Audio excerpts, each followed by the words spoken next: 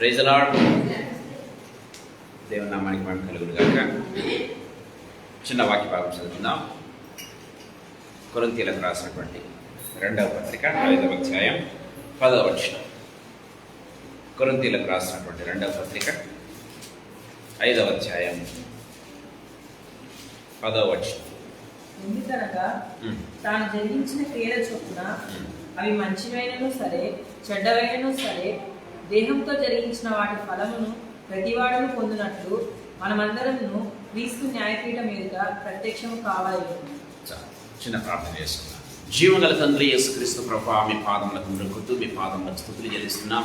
ఈ సాయంకాల వేళలో మీరు ఇచ్చినటువంటి సమయాన్ని బట్టి మీకు స్తోత్రాలు ప్రభు. ఇక్కడ చేరిన మమ్మల్ని అందరినీ, ఆన్లైన్లో ఉన్నటువంటి బిడ్డను యేసయ్య తండ్రి ప్రభు, రావాల్సిన ప్రతి బిడ్డను మీ రక్త ప్రోక్షణ కిందకి తీసుకుని వస్తున్నాం. దయచేసి నాయన మీ రక్తంలో మమ్మల్ని కడిగి పవిత్రపరిచి మీ ఆత్మ చేత అభిషేకించండి. బలమైన అభిషేకం యేసు ప్రభు మా మీద నిలిచినట్లు కృపను గ్రహించండి. నన్ను సంపూర్ణంగా మీ సిలువ చాటును మరుగుపరిచి నా దేవా నా ప్రభు ఇప్పటి నుంచి వచ్చే ప్రతి మాట, ప్రతి తలంపు, ప్రతి ఆలోచన అది కేవలం మీ ఆత్మ ప్రేరేపితమై ఉండినట్లు మీకు అధికమైన కృపను ప్రసాదించి నాతో మా అందరితో మీరు మాట్లాడవలసిందిగా బ్రతిమలాడుతూ యేసు పేరుతో అడుగుతూ ఉన్నాము తండ్రి, ఆమేన్.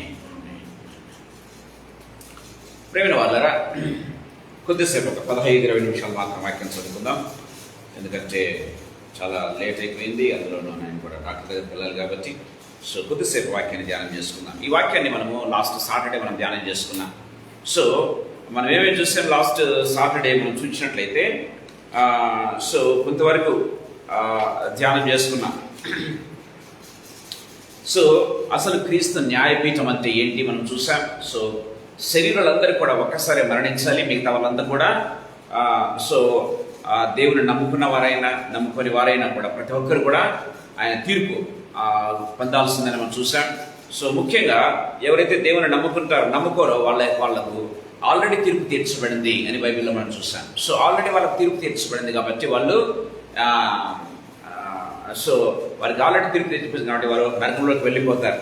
సో కానీ క్రీస్తు న్యాయపీఠం అంటే ఏంటి అని మనం చూస్తాం. క్రీస్తు న్యాయపీఠం అంటే ఏంటంటే దేవుని నమ్మినటువంటి బిడ్డలు వాళ్ళు చేసినటువంటి క్రియలను బట్టి, వారు చేసినటువంటి ఆ యొక్క యేసయ్య పొలంలో, అంటే యేసు నమ్మినటువంటి క్షణం నుంచి కూడా మనము we are on the business of the lord. మనము ఆయన పని మీద, ఆయన పని జత పని వారంగా మనం ఉంటూ ఉన్నాం.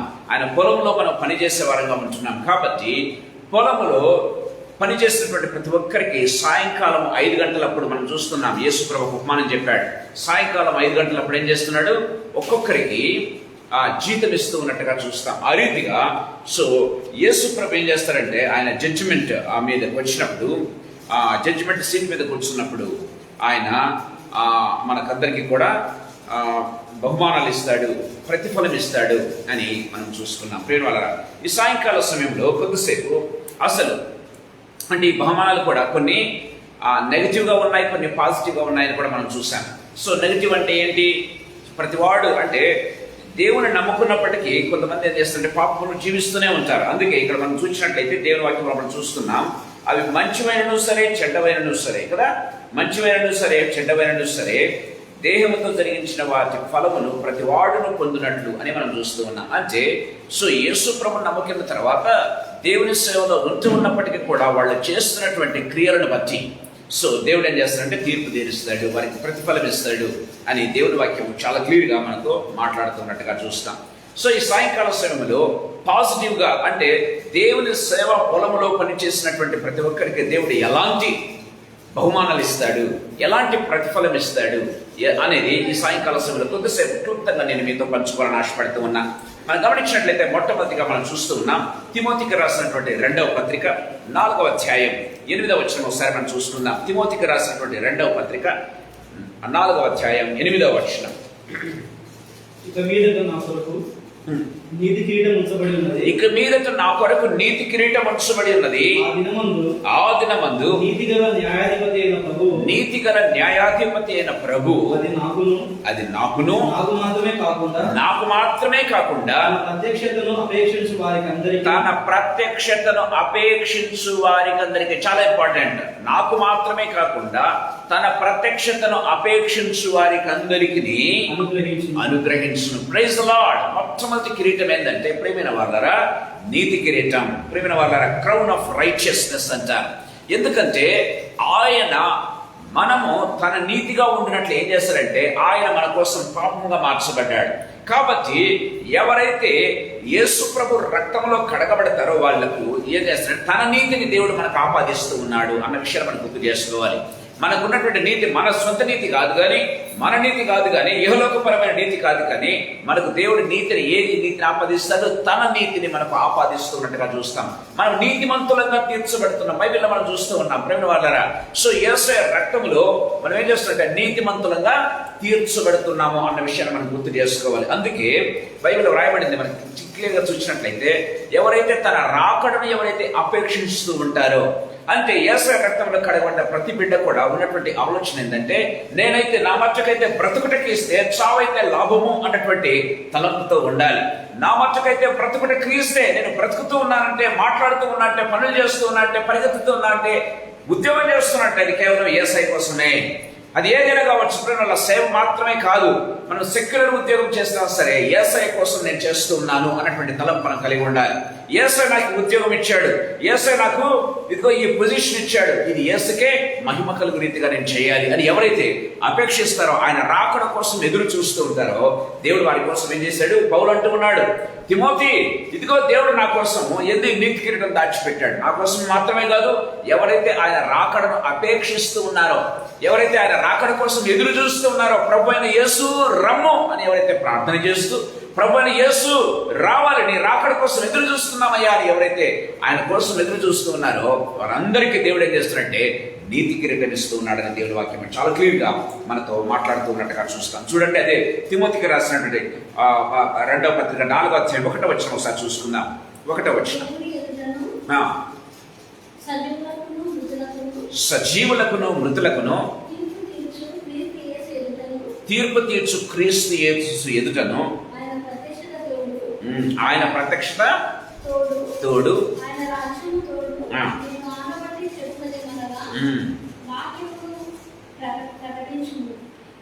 ఇక్కడ మనం గమనించినట్లయితే, ఇదిగో యేసు ప్రభువుని ఎవరైతే నమ్ముతారో ప్రతి ఒక్కరికి అని పౌలు చెప్తూ ఉన్నట్టుగా మనం చూస్తాం.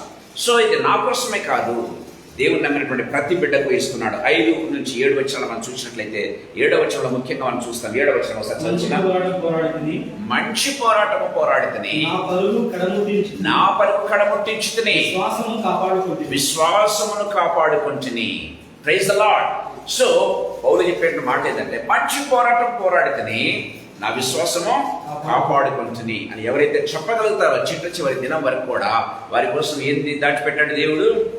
నీతి కిరీటం దాచిపెట్టాడన్న విషయాన్ని మనం గుర్తు చేసుకోవాలి. అందుకే ఈ ప్రకటన గ్రంథం దేంతో ముగిస్తుందో, లేకపోతే బైబిల్ గ్రంథం దేంతో ముగుస్తుందో తెలుసా? మనం గమనించినట్లయితే ప్రకటన గ్రంథం 22వ అధ్యాయం 20వ వచనం మనం చూసినట్లయితే, ప్రభు అయిన యేసు రమ్ము అని రాయబడినట్టుగా చూస్తాం. ప్రభు అయిన యేసు రమ్ము. సో మన యొక్క అందరి యొక్క యేసు ప్రభువును నమ్మినటువంటి ప్రతి బిడ్డ యొక్క ప్రార్థన ఏదైందంటే, యేసయ్యా త్వరగా రా, యేసయ్యా త్వరగా రా, ప్రభు అయిన యేసు రమ్ము అని మాట్లాడాలి. ఎప్పుడు మనం ఆ విధంగా అంటాం? ఎప్పుడు ఆ విధంగా మనం ప్రార్థన చేయగలుగుతాం? ఎప్పుడు ఆ విధమైన మాటలు మాట్లాడతాం? మనం రెడీగా ఉన్నప్పుడు, మనం సిద్ధపడి ఉన్నప్పుడు. ప్రేమైన వాళ్ళరా, సిద్ధపాటు లేకుంటే ఏమనుకుంటామంటే, ఇప్పుడే రాకుంటే బాగుంటుంది కదా, ఇప్పుడే రాకుంటే బాగుంటుంది, ఒకవేళ వస్తే ప్రభు వస్తే నా పరిస్థితి ఏందో అన్నటువంటి ఆందోళన మనకు ఉంటుంది. కానీ ఎవరైతే సిద్ధపాటు కలిగి ఉంటారో, ఎవరైతే యేసయ్య ఇప్పుడు వచ్చినా సరే, నేను నిద్రపోయేటప్పుడు వచ్చినా సరే నేను ప్రభు దగ్గర ఉంటానని ఎవరైతే ఆలోచనలు ఉంటారో, వారికి వాళ్ళు ఏదైనా ఉంటారే, ప్రభు అయిన యేసు రమ్ము అని ప్రార్థన చేస్తారు. ప్రేమ వాళ్ళరా, ప్రభు అయిన యేసు రమ్ము అని చెప్పడం ప్రారంభిస్తారు. ఎవరైతే ధైర్యంగా ఆ మాట చెప్పగలుగుతారో వారందరికీ ఏంటంట పౌలు చెప్తూ ఉన్నాడు, నీతి కిరీటము దాచిపెట్టబడి ఉంది అని చెప్తున్నాడు. చూడండి, ఫిలిప్పీలకు రాసినటువంటి పత్రిక 1వ అధ్యాయం 23-24 వచనాలు. ఈ రెంటి మధ్యను ఇరుకున పడి ఉన్నాను, నేను వెడలిపోయి క్రీస్తుతో కూడా ఉండవలని నాకు ఆశ ఉన్నది, అదియే మేలు అంటున్నాడు. నేను తొందరగా వెళ్ళిపోవాలి, క్రీస్తుతో కూడా నేను ఉండాలని ఆశపడుతున్నాను, అలాంటి ఆశ నాకుంది అని మాట్లాడు. నిజంగా ప్రేమ వాళ్ళరా, ఎవరైతే ప్రభు అయిన యేసు రమ్ము అని ప్రార్థన చేస్తారో వారికి ఇలాంటి ఆశ ఉంటుంది. త్వరగా వెళ్ళాలి, క్రీస్తుతో కూడా ఉండాలి, ఆయనతో పాటు నేను యుగ యుగములు ఉండాలి అని ఎవరైతే ఇలాంటి ఆశ కలిగి ఉంటారో, యేసయ్య కోసం ఎదురు చూస్తూ ఉంటారో, వారి కోసం దేవుడు ఏం చేసి పెట్టాడు? నీతి కిరీటం దాచిపెట్టాడు. సో మొట్టమొదటి బహుమానం ఏంటి? యేసయ్య బిడ్డలకు, యేసయ్య కోసం పొలంలో పనిచేసిన వారికి సో ఎలాంటి కిరీటం చెప్పాడు? నీతి కిరీటం, క్రౌన్ ఆఫ్ రైచియస్నెస్. రెండవదిగా మనం గమనించినట్లయితే ప్రకటన గ్రంథం 2వ అధ్యాయం 10వ వచనం చదువుకుందాం.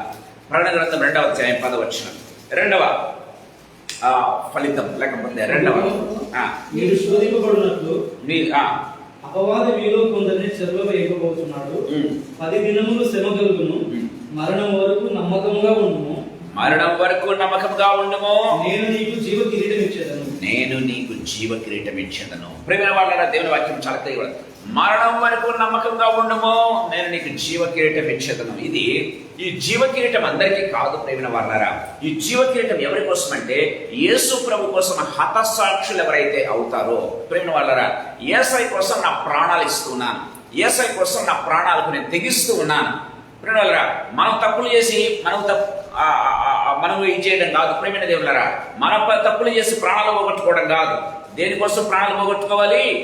యేసు కోసం. అందుకే యేసు ప్రభు అంటాడు, ఎవడైతే తన ప్రాణాన్ని నా కోసం పోగొట్టుకుంటాడో దాన్ని పొందుకుంటాడని యేసు ప్రభు చెప్పినట్టుగా చూస్తాం.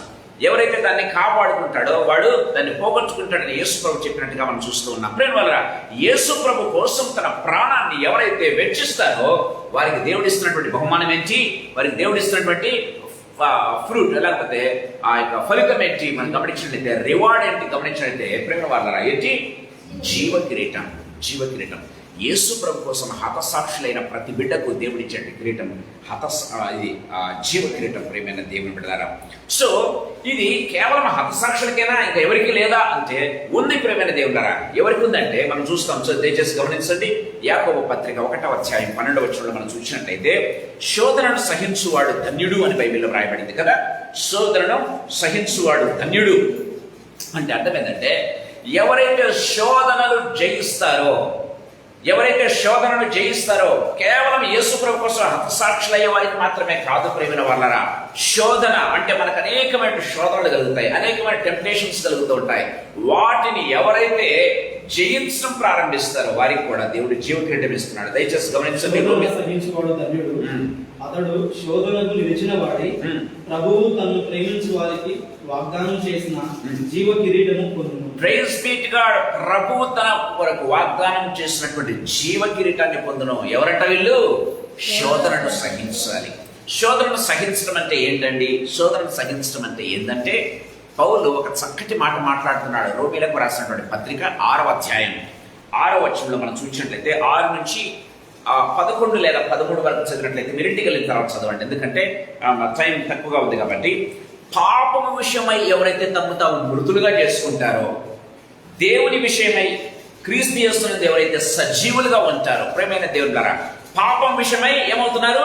పాపానికి చచ్చిపోతూ ఉన్నారు, దేవుని కోసం సజీవులుగా ఉంటున్నారు. వారికి ప్రేమైన దేవులారా, వారికి దేవుడు ఈ యొక్క జీవ కిరీటాన్ని ఇస్తూ ఉన్నాడు దేవుని విషయం. అందుకే చూడండి 11వ వచనము 13వ వచనం చదువుకుందాం. అదే అధ్యాయం 11, 13. మీరు ఇంటికి వెళ్తారు మొత్తం చదవండి. 6 నుంచి. పాపం విషయమై మృతులుగాను దేవుని విషయమై క్రీస్తు యేసునందు సజీవులుగాను మిమ్మును మీరే ఎంచుకోండి. దేవుని వాక్యం చాలా క్లియర్ గా మాట్లాడుతుంది. సో ప్రేమ వాళ్ళారా, ఎవరైతే దేవుని కోసం హతసాక్షులు అవుతారో వారికి మాత్రమే కాదు జీవ కిరీటం. జీవ కిరీటం ఎవరికంట?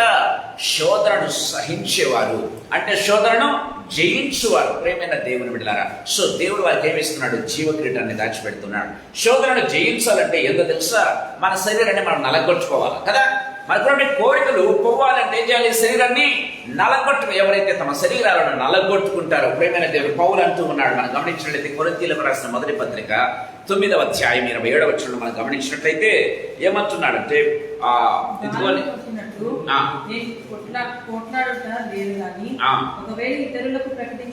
ఒకవేళ ఇతరులకు ప్రకటించిన తర్వాత నేనే భ్రష్టుడైపోదునేమోనని నా శరీరమును నలగొట్టి దానిని లోపరుచుకుంటున్నాను. నేను శరీరానుసారంగా నేను ప్రవర్తించటం లేదు, శరీరానుసారంగా మాట్లాడటం లేదు, కానీ ఆత్మ నియమాన్ని బట్టి నేను మాట్లాడుతూ ఉన్నాను. ప్రేమ వాళ్ళరా, దేవుని వాక్యం చాలా క్లియర్గా మాట్లాడుతుంది. సో ఈ జీవ కిరీటం ఎవరికి? హతసాక్షులైన వారికి. రెండవదిగా చూసినట్లయితే శోధనను సహించడం జయించినటువంటి వారికి ప్రేమైన దేవుడురా, ఆ శోధనను జయించాలంటే ఏం చేయాలి? మన శరీర కోరికలన్నీ కూడా, శరీరాశ, నేత్రాశ, జీవపుణము అనేటువంటివి అవన్నీ కూడా ఎవరైతే ఓవర్కమ్ చేస్తారో, ఎవరైతే వాటిని జయిస్తారో, అంటే తమ శరీరాన్ని సంపూర్ణంగా ఏం చేస్తారు? నలగొట్టుకుంటారు అన్నమాట. వాళ్ళ కోరికలున్నా కూడా కోరికలు ఏం చేస్తారు? అణిచివేస్తారు ప్రేమైన వాళ్ళరా.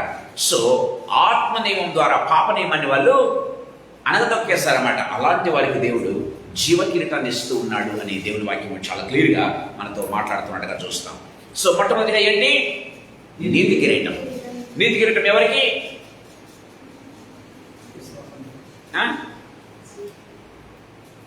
నీతి కిరీటం ఎవరికి? పౌలు అంటున్నాడు, నాకు మాత్రమే కాదు కానీ యేసయ్య కోసం సిద్ధపాటు కలిగి ఎవరైతే ఎదురు చూస్తూ ఉంటారో, యేసు ప్రభు అయిన యేసు రమ్ము.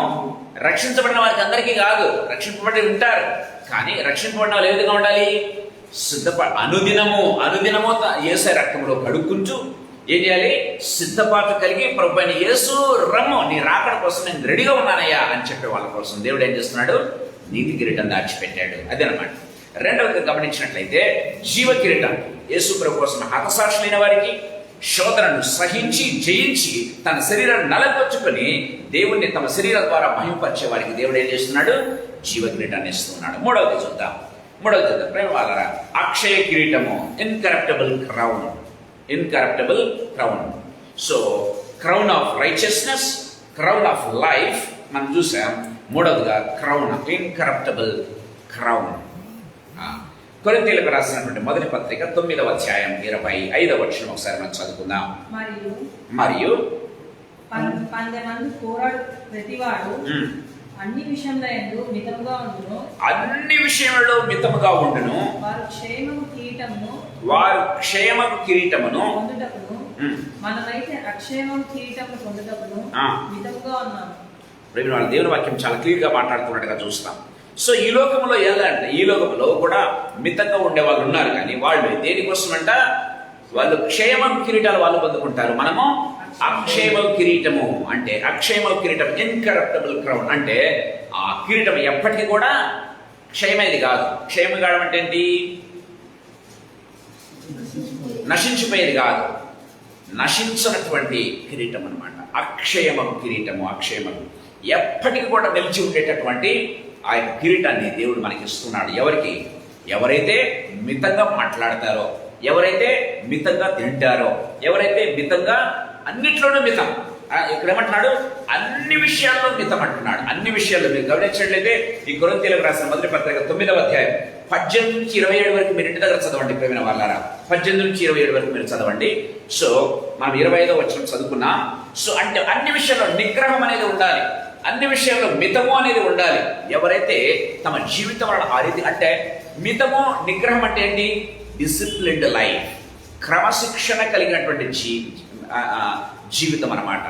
సో పౌలు ఏం మాట్లాడతాడంటే, మనం గమనించినట్టయితే ఒక జట్టి ఏ రీతిగా మనం చూస్తాం కదా, చూడండి ఆ మాట చదువుకుందామా. ఒక జట్టి ఏ రీతిగా చూడండి, జట్టి అని మాట్లాడతాడు.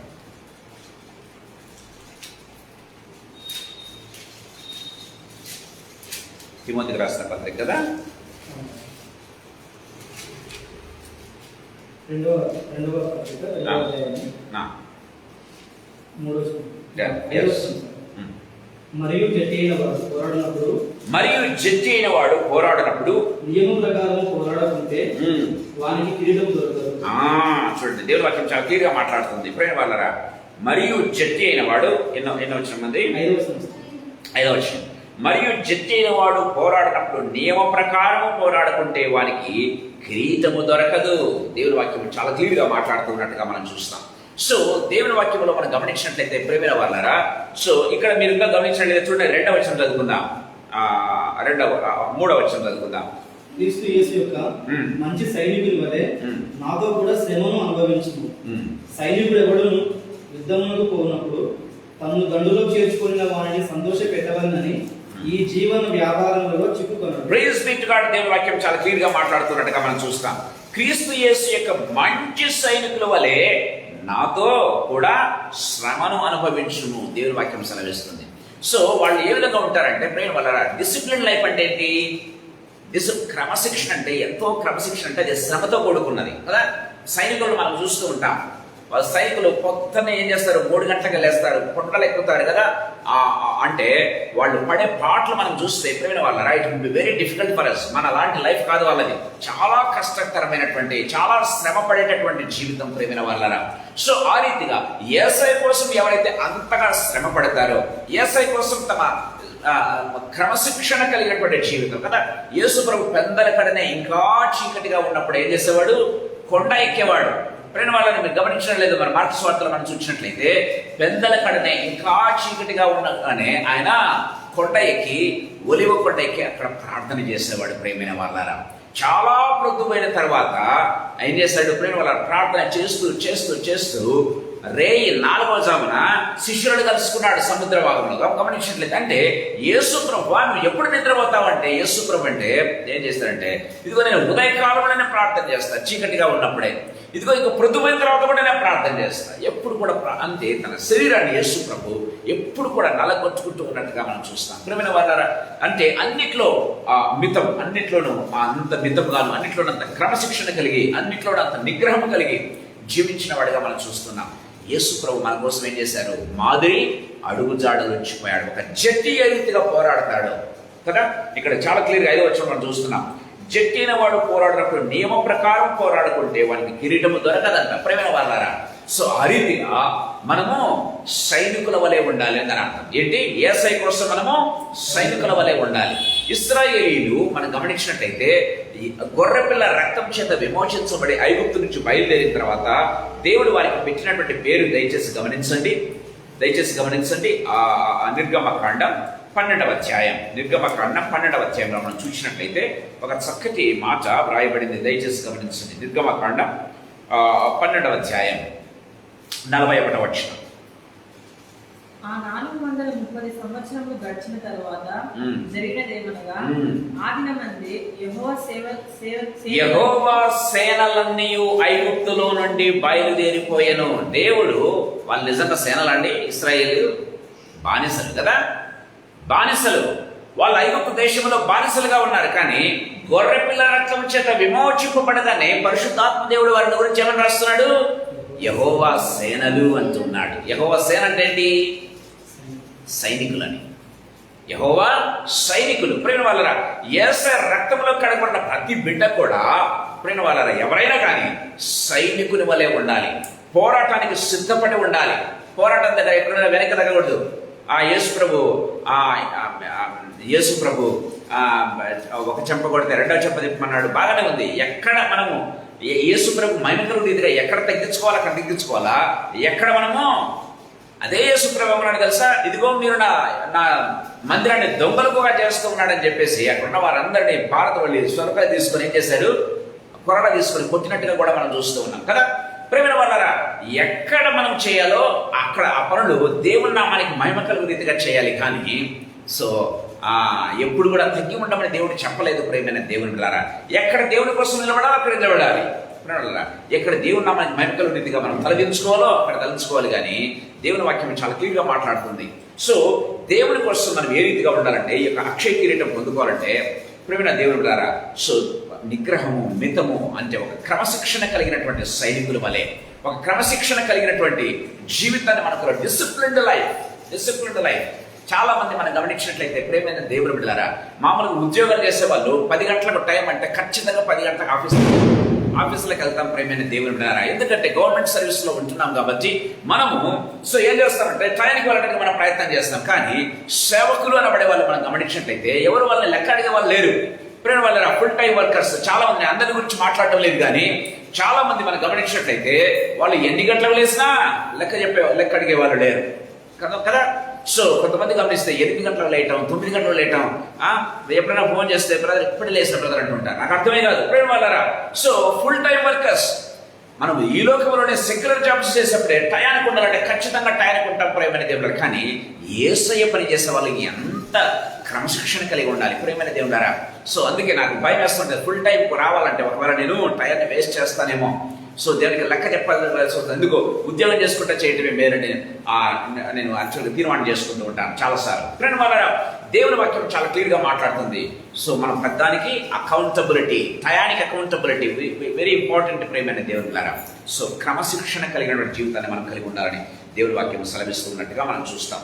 నాలుగవదిగా మనం గమనించినట్లయితే చూడండి ప్రేమ వాళ్ళరా, తెస్సలోనికీయులకు రాసిన మొదటి పత్రిక 2వ అధ్యాయం 19వ వచనం చూసుకుందాం. అతిశయ కిరీటం అని వ్రాయబడి ఉంటది. ఏలైనగా మా నిరీక్షణ అయినను ఆనందమైనను అతిశయ కిరీటమైనను ఏది మన ప్రభు అయిన యేసు యొక్క రాకడ సమయమున ఆయన ఎదుట మీరే కదా. Praise be to God. అతిశయ కిరీటం అంట. ప్రేమైన దేవులారా, ఈ అతిశయ కిరీటం అంటే ఎంతమంది ఎవరిని విన్ చేస్తారో, ఎంతమందిని ప్రభు కోసం సంపాదిస్తారు. ఏమంటున్నారంటే మీరే నా అతిశయం అంటూ ఉన్నాడు పౌలు. ఏమంటున్నాడు? మీరే నా అతిశయం. ప్రభు ఎదుట నా అతిశయ కిరీటం ఎవరంటే మీరే అని చెప్తూ ఉన్నట్టుగా మనం చూస్తాం పౌలు. ప్రేమైన దేవులారా, అతిశయ కిరీటం అంటే ఏంటంటే ఒక వ్యక్తి ప్రేమైన దేవులారా వాక్యం ద్వారా కానీ, సాక్ష్యం ద్వారా కానీ, వర్షం ద్వారా కానీ ఎంతమందిని దేవుని కోసం సంపాదించుకుంటాడు. ప్రేమైన దేవులారా, అది యేసయ్య కోసమో అతిశయ కిరీటము. పౌలు అదే మాట్లాడుతున్నాడు. సో ప్రభు ఎదుట ప్రభు ప్రత్యక్షమైనప్పుడు, ఆ ప్రత్యక్షమైనప్పుడు మీరందరూ నాకు అతిశయ కిరీటం కాదా అని మాట్లాడుతూ ఉన్నట్టుగా మనం చూస్తాం. చూడండి ఫిలిప్పీలకు రాసిన పత్రిక 4వ అధ్యాయం 1వ వచనం ఒకసారి మనం చదువుకుందాం. ఫిలిప్పీలకు రాసిన పత్రిక 4వ అధ్యాయం 1వ వచనం. నేను అపేక్షించు నా ప్రియ సహోదరులారా, నా ఆనందమును నా కిరీటమునై ఉన్నారు. నేను అతిశయపడుతున్నాను మిమ్మల్ని గురించి అని ఫిలిప్పీ సంఘంతో మాట్లాడుతున్నాడు. నా ఆనందమును నా కిరీటం మీరే. ప్రభు ఎదుట మిమ్మల్ని నేను సంపాదించుకున్నాను, మీ సంఘాన్ని నేను సంపాదించుకున్నాను అని మాట్లాడుతున్నట్టుగా మనం చూస్తాం. మన అతిశయ కిరీటం ఎవరో తెలుసా? మన ద్వారా ఎవరైతే రక్షించబడతారో, యేసు రక్తాన్ని ఎవరైతే ఒప్పుకుంటారో, యేసయ్య నామాన్ని ఒప్పుకుంటారో, యేసయ్య నామంలో మోకాళ్ళు నమ్ముతారో, ప్రేమైన దేవులారా, ప్రేమరా, నా అతిశయ కారణం మీరే, నా కిరీటం మీరే. ప్రభు ఎదుట నేను అతిశయించేది మిమ్మల్ని గురించే అని మాట్లాడుతున్నట్టుగా మనం చూస్తాం. అంటే ఎన్ని ఆత్మలు సంపాదించాం అనేది ప్రేమైన దేవులారా, అది మన అతిశయ కిరీటం అని బైబిల్ రాయండి. ఎందుకంటే పరలోకంలో ఎక్కువ సంతోషం కలిగించేది ఏందో తెలుసా? ఒక వ్యక్తి రక్షించబడినప్పుడే కదా. లూకా సువార్త 15వ అధ్యాయం 7వ వచనంలో మనం చూసినట్లయితే దేవుని వాక్యంలో చూస్తున్న పరలోకంలో ఎక్కువ అతిశయము లేకపోతే ఎక్కువ సంతోషం దేని కలుగుతుందో చూడండి. ఆ దాసుడు అతనితో, మీ తమ్ముడు వచ్చి ఉన్నాడు, అతడు తన యుద్ధకు సురక్షితంగా వచ్చినందున. లూకా సువార్త 15వ అధ్యాయం అటువలే మారు మనసు పొందు ఒక్క పాప విషయమై పరలోకమందు దేవుని దూతల ఎదుట సంతోషము కలుగును. ప్రేమైన దేవులారా, సో ఒక వ్యక్తి నీ ద్వారా మారు మనసు పొందాడు, ఒక వ్యక్తి నీ ద్వారా యేసును స్వంత రక్షకునిగా అంగీకరించాడు, ఒక వ్యక్తి నీ ద్వారా యేసు రక్తంలో కడగబడ్డాడు, యేసయ్య చేత నడిపించబడుతున్నాడంటే అది మనకు అతిశయం. ఎందుకంటే పరలోకములో వాళ్ళు దేవదూతల ఎదుట ఎక్కువ సంతోషం కలుగుతుందట, ఎక్కువ అతిశయం కలుగుతుంది. అందుకే పౌలు అంటున్నారు, నా అతిశయ కిరీటం మీరే, నా ఆనందం మీరే అని మాట్లాడుతున్నట్టుగా మనం చూస్తాం. ప్రేమైన వాళ్ళరా, సో దేవుడి ఇచ్చేటువంటి ఆ ఘనత ఐదవ కిరీటాన్ని గురించి నేను ముగిస్తాను. ప్రేమైన వాళ్ళరా, మనం గమనించినట్లయితే చివరి కిరీటం అంటే వాడబారని మహిమ కిరీటం. ఐదవది ఏంది? బహుమానం దేవుడిచ్చేది వాడబారని మహిమ కిరీటం. పేతురు రాసిన మొదటి పత్రిక 5వ అధ్యాయం 4వ వచనం ఒకసారి చదువుకుందాం. పేతురు రాసిన మొదటి పత్రిక 5వ అధ్యాయం 4వ వచనం. ప్రధాన కాపరి ఎవరు? ప్రధాన కాపరి యేసు ప్రభు. ప్రత్యక్షమైనప్పుడు మీరు వాడబారని మహిమ కిరీటమును పొందుదురు. వాళ్ళ ఇది పౌలు ఎవరికి చెప్తూ ఉన్నాడో తెలుసా? మనం గమనించినట్లయితే పేతురు ఎవరికి చెప్తున్నాడో తెలుసా?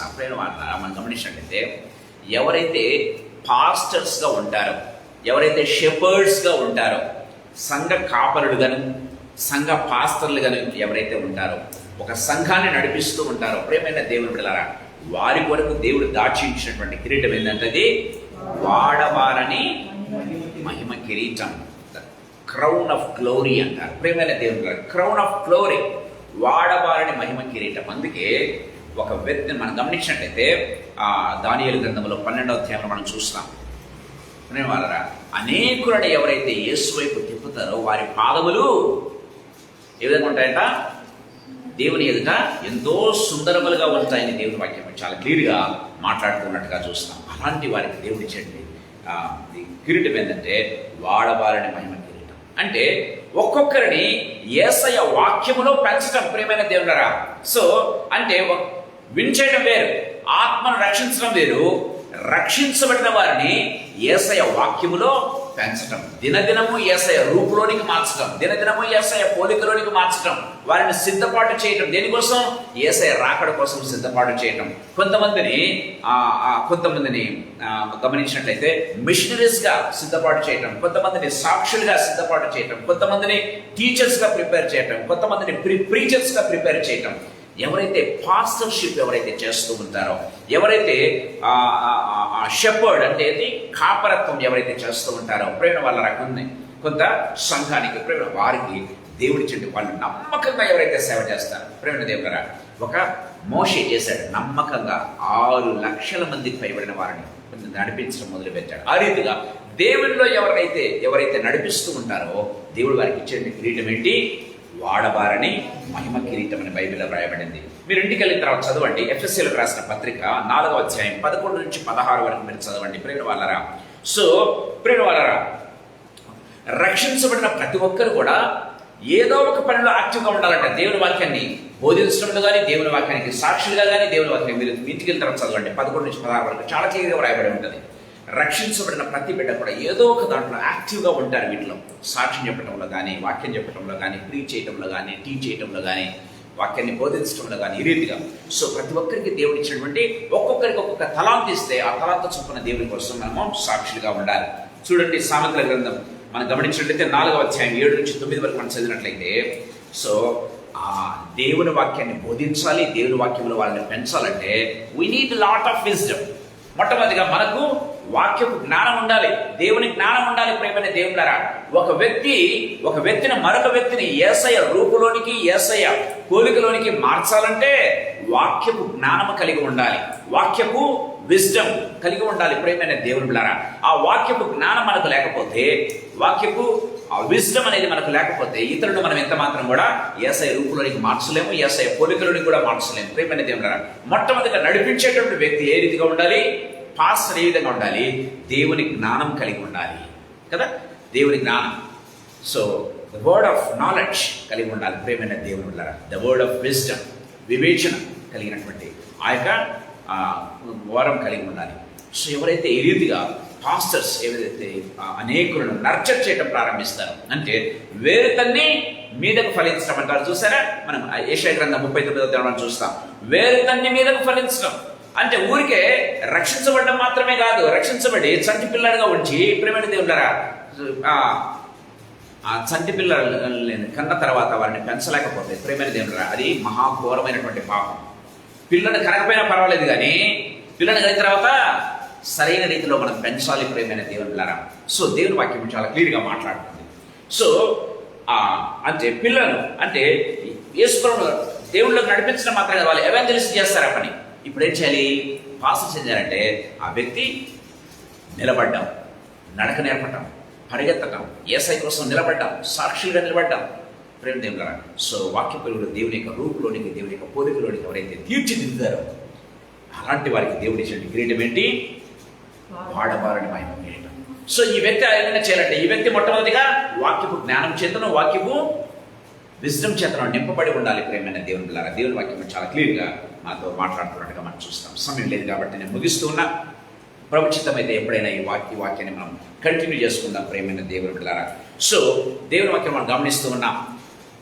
సో ప్రతి వాడును వాని క్రియల చొప్పున దేవుడు ఏం చేస్తాడంటే వానికి ప్రతిఫలం ఇస్తాడు. అవి మంచివైనను సరే, చెడ్డమైనను సరే. సాయంకాల సమయంలో మంచిగా ఉన్నటువంటి వారికి దేవుడు ఇచ్చేటటువంటి బహుమానాలు ఏంటో మనం 5 రకాల బహుమానాలు చూస్తున్నాం. ఒకటి నీతి కిరీటం, ఓకే, క్రౌన్ ఆఫ్ రైచియస్నెస్. అది ఎవరికి?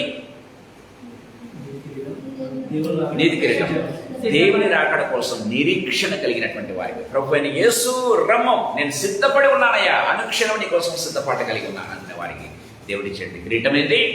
నీతి కిరీటం. రెండవదిగా జీవ కిరీటం. జీవ కిరీటం ఎవరి కోసం? హతసాక్షుల కోసం దేవుడు జీవ కిరీటం. హతసాక్షులు మాత్రమే కాదు, శోధనను సహించి జయించే వారి కోసం. శోధనను సహించాలి, జయించాలి. శోధనను సహించి జయిస్తారు వారి కోసం దేవుడు జీవ కిరీటం దాచిపెట్టాడు, క్రౌన్ ఆఫ్ లైఫ్. మూడవదిగా అక్షయ కిరీటము, ఇన్కరప్టబుల్ క్రౌన్. అక్షయ కిరీటం దేవుడు ఎవరి కోసం దాచిపెట్టాడు? క్రమశిక్షణ ఎవరైతే కలిగి ఉంటారో, మితంగాను కదా, ప్రతి విషయంలో మితంగా ఉండాలి. ప్రతి విషయంలో కూడా మనం గమనించినట్లయితే దేవుని వాక్యం సెలవిస్తుంది, ఒక నియమం ప్రకారం క్రమబద్ధంగా ఎవరైతే ఉండటం ప్రారంభిస్తారో, నిగ్రహం కలిగి ఉంటారో, దేవుడు వారి కోసం ఏం చేశాడు? అక్షయ కిరీటాన్ని దేవుడు దాచిపెట్టాడు. నాలుగవదిగా గమనించినట్లయితే దేవుడు మనకి ఇచ్చే కిరీటం ఏంటి? అతిశయ కిరీటం. అతిశయ కిరీటం ఎవరికంటే ప్రభు అయిన యేసు ప్రభు వైపుకు ఎవరైతే తిప్పుతారో, అనేకులను ఎవరైతే ప్రభు కొరకు రక్షిస్తారో, మీరే నా అతిశయ కిరీటం, మీరే నా ఆనందం అని పౌలు ఏ రీతిగా అంటున్నాడో, ఎంతమందిని మనం రక్షిస్తామో ప్రభు కోసము, అది మనకు అతిశయ కిరీటంగా ప్రభు ఎదుట మనకు ఉంచబడబోతా ఉంది అన్న విషయాన్ని మనము గుర్తు చేసుకోవాలి. చివరిగా ఐదవదిగా గమనించినట్లయితే వాడబారని మహిమ కిరీటం. ఎవరి కోసం అంటే రక్షించబడినటువంటి వారు దేవుని పోలికలోను దేవుని యొక్క రూపులోనికి ఎవరైతే మార్చబడేదానికి టీచర్స్ గాను, ప్రీచర్స్ గాను, రకరకములుగా ఏ రీతిగా ఎదగనిస్తారో వారి కోసం పాస్టర్స్, తర్వాత కాపరుల కొరకు దేవుడి చెట్టుకి దాచిపెట్టినటువంటి ఆ యొక్క ఫలం ఏంటంటే ఏంటి? వాడబారని మహిమ కిరీటం. ప్రభు మనతో మాట్లాడుతున్నాడు సాయంకాల సమయంలో. ప్రియమైన వాళ్ళారా, మనము ఏ కిరీటాన్ని పొందుకోగలుగుతున్నాం? లేకపోతే ఏ కిరీటము లేకుండా, బైబిల్లో వ్రాయబడింది, మనము లాస్ట్ వీక్ మనం చూసాం, ఏ కిరీటం లేకుండా అన్ని కూడా కదా. రకరకాలుగా మనం చూసాం. ఏంటండి? బంగారు, వెండి, వెలగల రాళ్ళు, కర్ర, గడ్డి, కొయ్యకాలు ఈ రీతిగా ఉంటాయి. అగ్ని చేత కాల్చబడినప్పుడు ఏం మిగులుతాయో, మిగతావి కాలిపోతే వానికి నష్టం అని బైబిల్లో వ్రాయబడింది కదా. ఎవరెవరైతే కాలిపోతాయో వారికి నష్టం, ఎవరెవరైతే మిగులుతాయో దాన్ని బట్టి దేవుడు ఏం చేస్తాడు? ఈ యొక్క కిరీటాలను దేవుడు ఇస్తున్నట్టుగా మనం చూస్తాం. మన పని కాలిపోతుందా? మన పని నిలిచిపోతూ ఉందా? దేవుడి దగ్గర బహుమానాలు పొందుకోగలుగుతూ ఉందా? ఈ సాయంకాల సమయంలో మన జీవితాలు ప్రశ్నించుకుందాం. దేవుడు ఎలాంటి వారికి ఎలాంటి బహుమానాలు ఇస్తారో కూడా మనం చూసాం. మనం ఏ బహుమానం పొందుకోబోతున్నాము? పౌరుడు ధైర్యంగా చెప్పగలుగుతున్నాడు, ఇదిగో మీరే నా అతిశయ కిరీటం అంటున్నాడు, ఇదిగో నా కోసం నీతి కిరీటం వేచింది అంటూ ఉన్నాడు, ఇదిగో జీవ కిరీటం నా కోసం అని పేతురు చెప్తూ ఉన్నాడు. ప్రియమైన దేవుడులారా, మనం చెప్పగలమా? ఏ కిరీటం మనకు వస్తుంది? ప్రియమైన దేవుడులారా, ఏ కిరీటం లేకుండా అగ్నిలో నుంచి లాగివేయబడినట్లు కొంతమంది రక్షించబడుతురు అని బైబిల్లో రాయబడింది. వాటి ఏమి ఉండదంట, ఊరికి ఆడ పడి ఉంటారనమాట కదా. ఈ లోకంలో మనం బస్ స్టాండ్లలో ఏ రీతిగా, బస్ స్టాండ్లలో కొంతమంది అడుగు తినే వాళ్ళు ఊరికి అట్లా పడి ఉంటారనమాట. ప్రేమ వాళ్ళరా, మేము కూడా జీవిస్తూ ఉన్నాము అన్నట్లు జీవిస్తూ ఉంటారు తప్పితే వారికంటూ ఒక అతిశయం కానీ, వారికంటూ ఒక కిరీటం కానీ, వారికంటూ ఒక బహుమానం కానీ ఏది ఉండదు. జీవిస్తున్నారంటే జీవిస్తున్నాం, పరలోకంలో అలాంటి బ్రతుకు ప్రేమైన దేవులారా చాలా అవమానంగా ఫీల్ అవుతారంట. ప్రేమైన దేవులారా, అలాంటి బ్రతుకు చాలా అవమానంగా ఫీల్ అవుతారంట. ఇక్కడ ఒక భిక్షగాడు ఏ రీతిగా అవమానంగా ఫీల్ అవుతాడో, పరలోకంలో ఏది లేకపోతే మనం అలాంటి అవమానం ఫీల్ కావాల్సి వస్తుంది. పరలోకంలో అవమానం ఉంటుంది బ్రదర్, ఖచ్చితంగా ఉంటుంది, ఖచ్చితంగా ఉంటుంది. అందరినీ పక్కనోడు కూడా, నువ్వు ఎవరినైతే తృణీకరించావో వాడు మహిమ కిరీటం పొందుకుంటాడు, నువ్వు ఎవరినైతే నువ్వు పనికి మాలోడు అంటావో వాడు పరలోకంలో ఒకవేళ జీవ కిరీటం పొందుకుని ఉండవచ్చు. ప్రేమైన దేవులారా, నీ పక్కోడు ప్రేమైన దేవులారా, గొప్ప గొప్ప కిరీటం పొందుకుంటే మనం మాత్రం ఎంతో శ్రద్ధతో తలదించుకోవాల్సి ఉంటుంది. సాయంకాల సమయంలో మన జీవితాలు ప్రశ్నించుకుందాం. ప్రేమ వాళ్ళరా, మనం ప్రయాసపడతాం, ప్రభు అయిన యేసు రమ్ము, నేను సిద్ధంగా కలిగి ఉన్నానయ్యా అని మన శరీరాన్ని నరగొట్టుకుంటూ క్రమశిక్షణ కలిగి యేసయ్య కోసం కిరీటం యేసయ్య ఆ రోజు పంచుతూ ఉంటే ఒకటి కాదు అనేక కిరీటాలు పొందుకునే రీతిగా ప్రభు మనందరినీ కూడా తన యొక్క స్వరూపంలోకి, తన యొక్క రూపులోనికి మార్చునుగాక. ప్రభు మనతో మాట్లాడుతూ ఉండగా తనలు వచ్చి ప్రార్థన చేసుకుందాం. పద్మాకర్ వచ్చి ప్రార్థన చేసి పంపిస్తాను.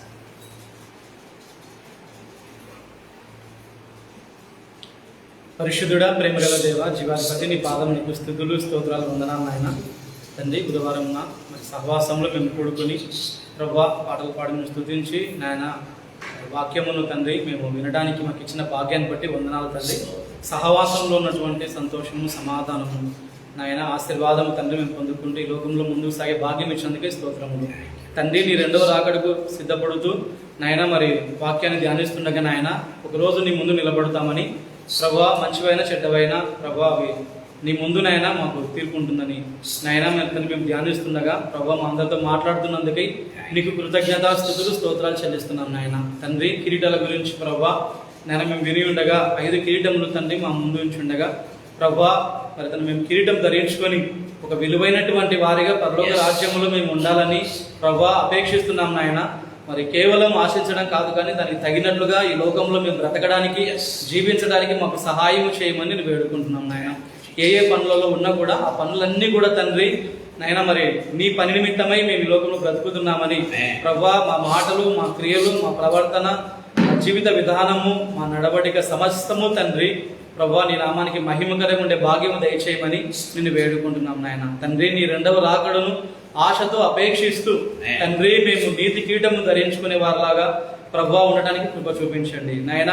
అనేక మంది నీ కొరకు సంపాదిస్తూ అతిశయ కిరీటాన్ని ప్రభావం ధరించుకునే వారిలాగా ఉంచండి ప్రభా. కేవలం మేము మారుమనసు పొంది తండ్రి మేము మా కుటుంబము రాకడకు సిద్ధపడితే చాలు అనుకోకుండా అనేకులు తండ్రి ప్రభా నశించిపోతున్నటువంటి వారికి మేము మాటల ద్వారా, క్రియల ద్వారా ప్రభా నీ రూపంలోనికి, నీ పోలికలోనికి, రక్షణలోనికి నడిపించడానికి కావాల్సిన కృప చూపించమని ప్రార్థిస్తున్నాం నాయన. మా అందరికీ ప్రభా నీ రక్తంతో కడగబడిన మా అందరికీ ఏ కిరీటాలు మీరు ఏర్పాటు చేశారో దానికి తగినట్లుగా మేము సైనికుల వల్లే క్రమశిక్షణతో పోరాడుటకు సహాయం చేయమని, ఈ లోక సంబంధమైన జీవన వ్యాపారంలో మేము చిక్కుకోకుండా తండ్రి ప్రభా మేము జ్ఞానము సంపాదించుకొని ప్రభా జ్ఞానంతో, వివేచనతో తండ్రి ముందుకు సాగే భాగ్యము దయచేయమని నేను వేడుకున్నాం ప్రభా.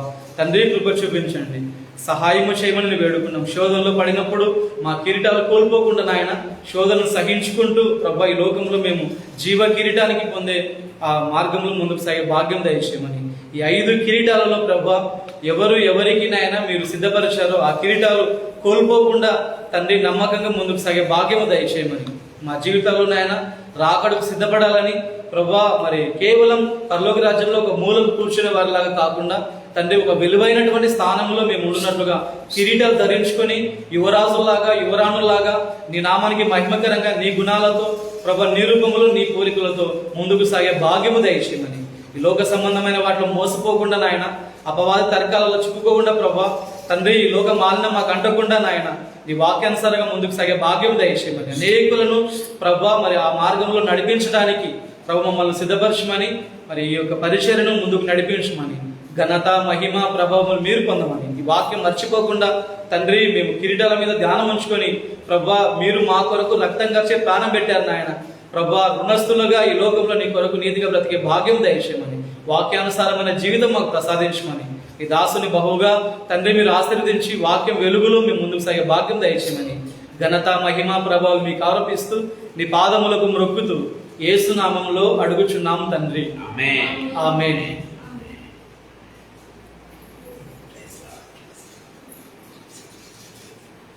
Praise the lord.